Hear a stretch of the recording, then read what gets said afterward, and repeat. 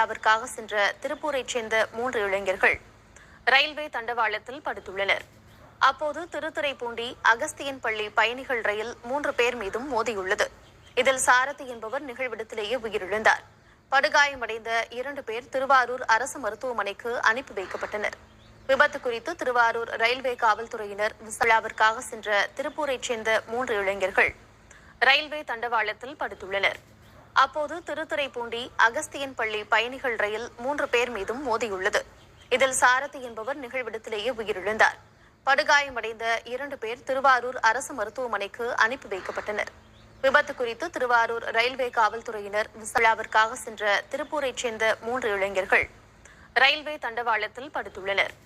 அப்போது திருத்துறைப்பூண்டி அகஸ்தியன்பள்ளி பயணிகள் ரயில் 3 பேர் மீதும் மோதியுள்ளது. இதில் சாரதி என்பவர் நிகழ்விடத்திலேயே உயிரிழந்தார். படுகாயமடைந்த 2 பேர் திருவாரூர் அரசு மருத்துவ